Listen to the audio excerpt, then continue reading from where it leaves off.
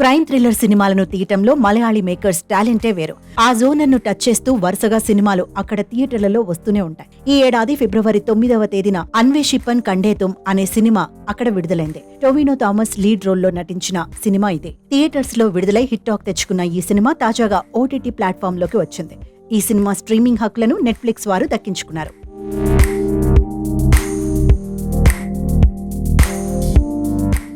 శివరాత్రికి మలయాళంతో పాటు తెలుగు, తమిళ, కన్నడ, హిందీ భాషల్లో ఈ సినిమా అందుబాటులోకి వచ్చింది. ఇంతకుముందు క్రైమ్ థ్రిల్లర్ జోనర్ సినిమాలను చాలా చూసినప్పటికీ ఇందులో రియలిస్టిక్ గా ఇన్వెస్టిగేషన్ డ్రామాను దర్శకుడు తీశాడు. కథగా చూస్తే కాలేజీకి వెళ్లి అదృశ్యమైన ఓ అమ్మాయి కేసులో ఎస్ఐ ఆనంద్ నారాయణ్ అనుకోకుండా సస్పెండ్ అవుతాడు.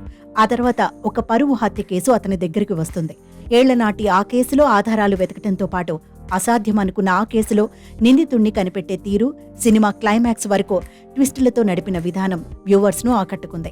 సిద్దికి, ఆద్యప్రసాద్ ముఖ్యమైన పాత్రలలో నటించిన ఈ సినిమా కుటుంబమంతా కలిసి చూడదగ్గ రీతిలో రూపొందటం మరో ఎసెట్. క్రైమ్ కు పాల్పడ్డ వ్యక్తులను పోలీసులు గుర్తించేందుకు ఎన్ని విధాలుగా ప్రయత్నాలు చేస్తారు, అది కూడా టెక్నాలజీ అందుబాటులో లేని కాలంలో వారి ఇన్వెస్టిగేషన్ ఎలా ఉండేదో క్లియర్ కట్ గా తీసిన విధానం ఈ సినిమా సక్సెస్ లో కీలకంగా నిలిచింది.